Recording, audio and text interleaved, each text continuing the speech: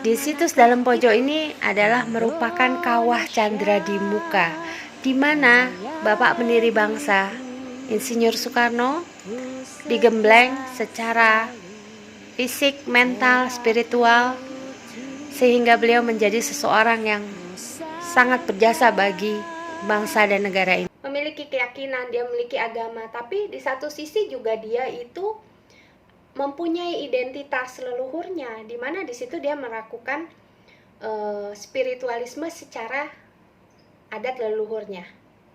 Apakah kita itu lebih agamis daripada orang itu? Apakah kita lebih Pancasilais dari orang itu? Itu semua yang boleh menghakimi hanya Allah Subhanahu wa Ta'ala.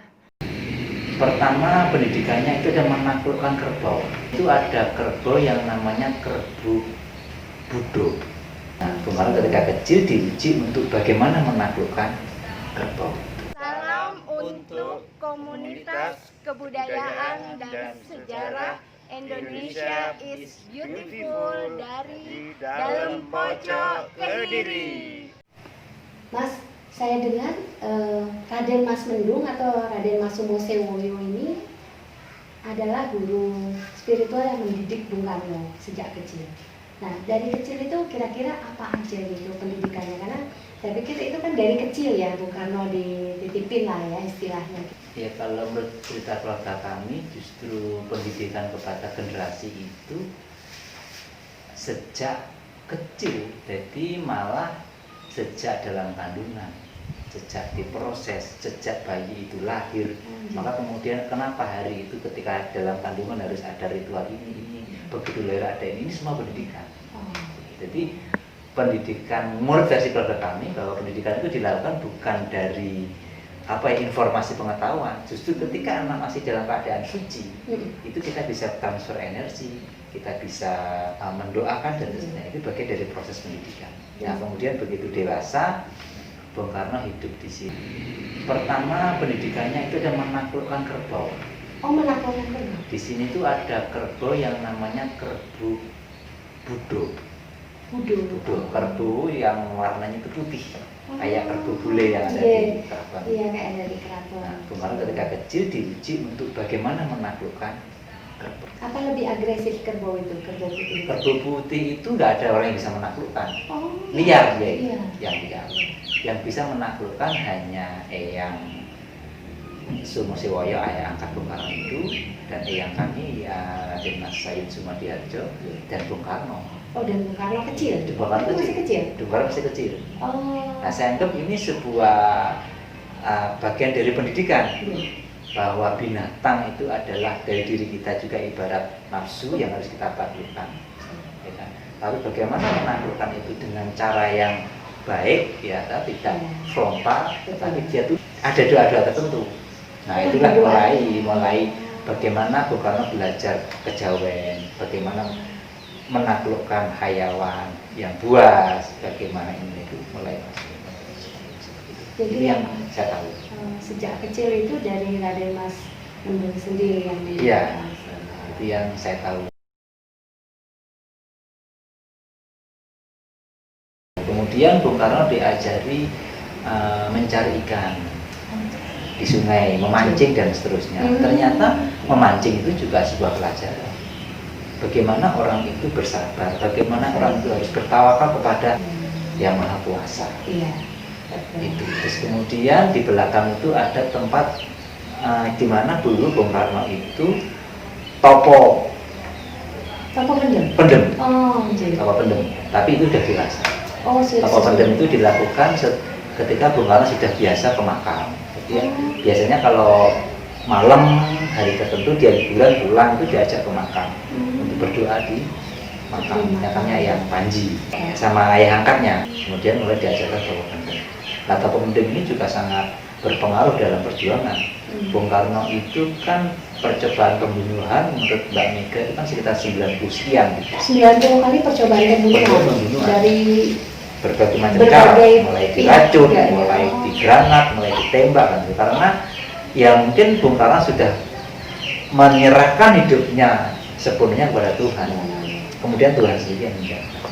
Mungkin itu yang saya tahu. Kalau yang lain mungkin saya belum banyak yang tahu. Itu semua dilakukan di dalam pojok. Iya, di lokasi tempat ini. Di lokasi tempat ini. Kawasan dulu itu masih yang panji itu 40 hektar. Karena yang babat kawasan sini. Oh, yang membuka kawasan ini Iya. yang Panji. Yang panji. Oh, iya. Setelah beliau lari dari keraton, katanya beliau kemudian dikirimkan 40 pasukan untuk membantu, kan begitu. Tapi beliau kan nggak pernah. Jadi beliau keluar dari keraton seorang diri.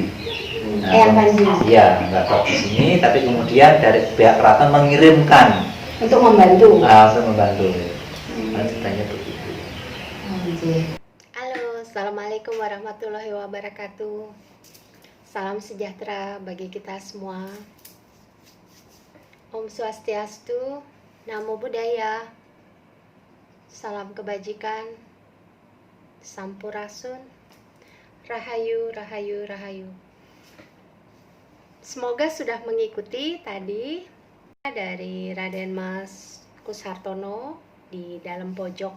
Saya ingin membabarkan bagaimana seorang bapak bangsa, yaitu Insinyur Soekarno, yang ternyata sejak kecil sudah dididik, digembleng di kawah Candra di Muka, ya, yaitu di dalam pojok, di mana beliau dititipkan kepada Raden Mas Mendung atau Raden Mas Panji Sumosewoyo untuk dididik secara spiritual Jawa atau yang biasa kita sebut sebagai kejawen.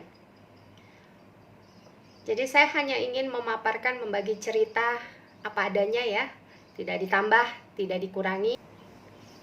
Jadi menjadi pemimpin itu tidak mudah, dan saya selalu percaya bahwa pemimpin itu tidak hanya dibentuk, tapi pemimpin itu dilahirkan.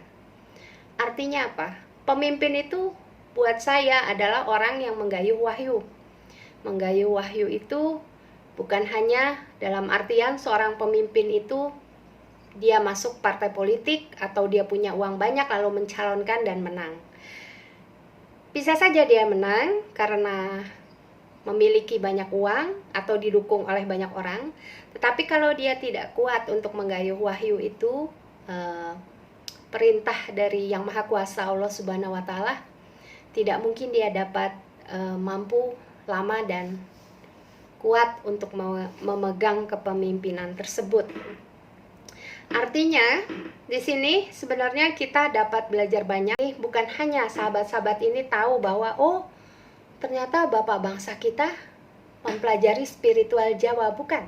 Dia dididik secara spiritual Jawa karena dia adalah orang Jawa. Sama seperti kawan-kawan.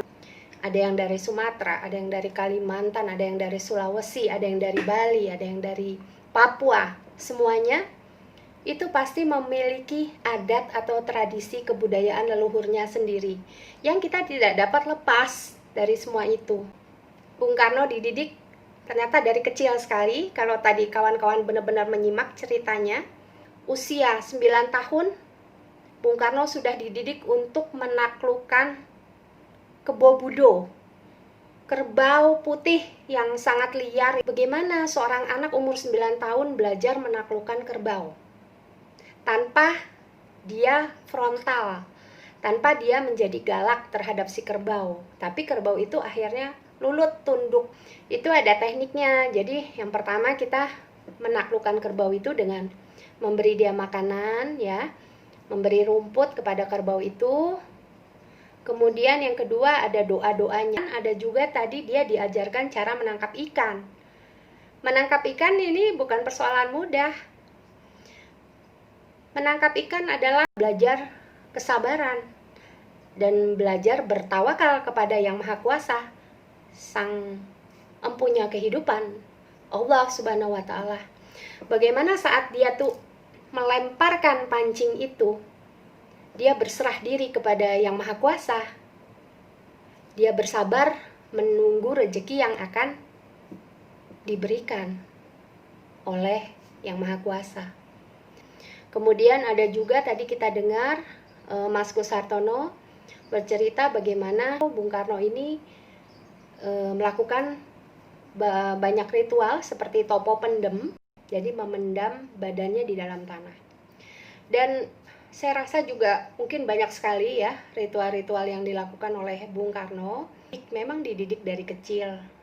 Banyak yang bisa dipetik, yaitu bahwa ajaran nenek moyang kita, leluhur kita, dalam hal ini bapak bangsa kita diajar secara Jawa, jadi spiritual Jawa atau kejawen, itu mengajarkan bahwa dia harus membentuk dirinya dulu sendiri.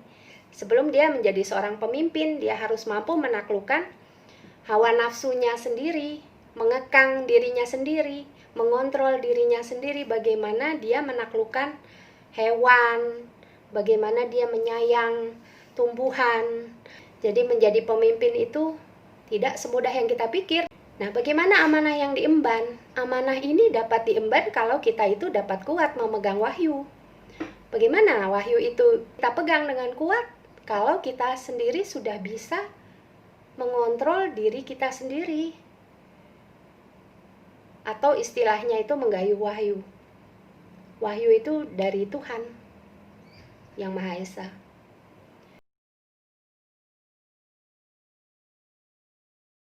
Memiliki keyakinan, dia memiliki agama, tapi di satu sisi juga dia itu mempunyai identitas leluhurnya, di mana di situ dia melakukan spiritualisme secara adat leluhurnya. Kita menerima perbedaan itu bukan berarti kita selalu setuju, karena setiap orang itu memiliki hak untuk merdeka. Kemerdekaan itu bukan hanya kemerdekaan bahwa kita memiliki tanah air, bukan. Tetapi kemerdekaan itu adalah juga kemerdekaan untuk kita menganut suatu keyakinan tertentu, agama tertentu. Itu tidak boleh ada pemaksaan. Apakah kita itu lebih agamis daripada orang itu? Apakah kita lebih Pancasilais dari orang itu? Itu semua yang boleh menghakimi hanya Allah Subhanahu wa Ta'ala. Jadi kita harus selalu memiliki jiwa yang besar, karena kita negara yang besar dan negara kita dibentuk dari keberagaman. Sebelumnya saya ucapkan terima kasih telah menonton video ini sampai selesai. Semoga bermanfaat, menambah wawasan bagi kita semua. Ambillah yang positif, buanglah yang negatif. Ambillah yang bermanfaat, buanglah yang tidak bermanfaat. Kesempurnaan yang hakiki sejatinya hanya milik Sang Empunya kehidupan. Sampai jumpa dalam episode selanjutnya. Jangan lupa klik tombol lonceng, subscribe, and like.